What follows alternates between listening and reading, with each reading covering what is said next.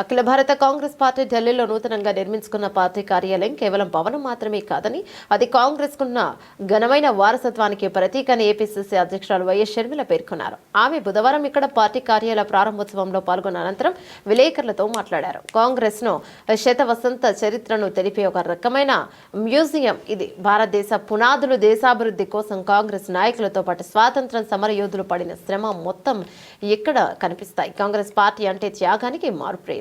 ఈ దేశ నిర్మాణం కోసం బలమైన పునాదులు వేసిందే.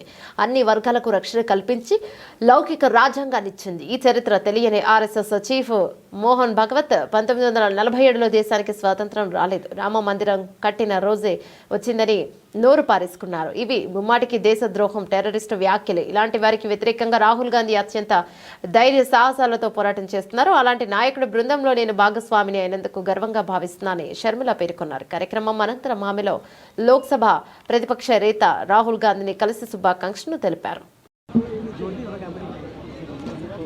కాంగ్రెస్ పార్టీ హెడ్ క్వార్టర్స్ ఇక్కడ న్యూఢిల్లీలో ఇనాగరేట్ చేయడం జరిగింది.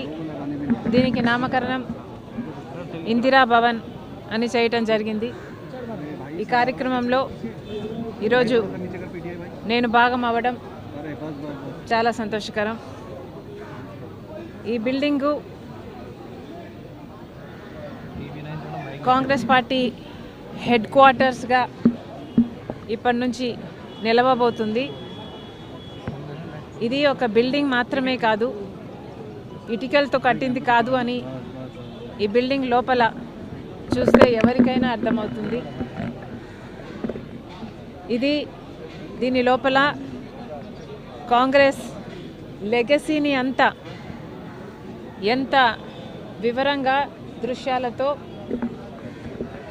చూపించగలరో అద్భుతంగా అందంగా చేయటం జరిగింది.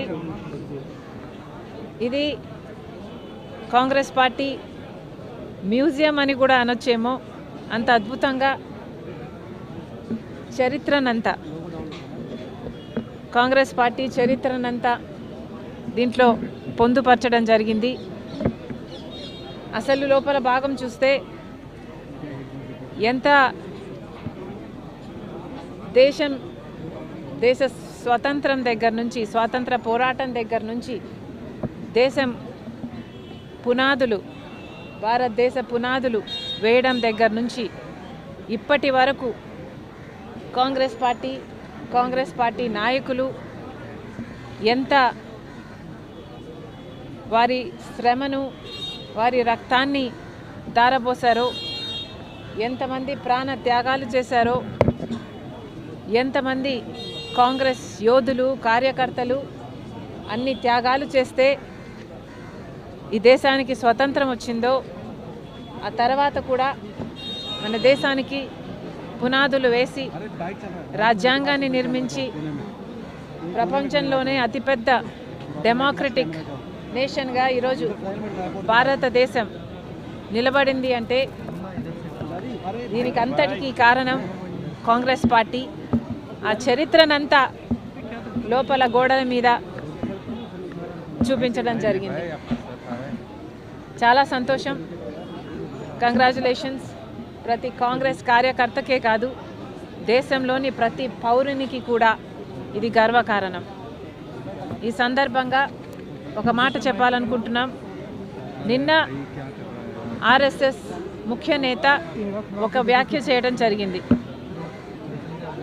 భారతదేశానికి స్వతంత్రం 1947లో రాలేదు, నిజమైన స్వతంత్రం రామ్ మందిర్ కడితే అప్పుడు వచ్చింది అని ఒక ఆర్ఎస్ఎస్ ముఖ్య నాయకుడు నిన్ననే ఈ వ్యాఖ్య చేయడం జరిగింది. అసలు దేశ ప్రజలంతా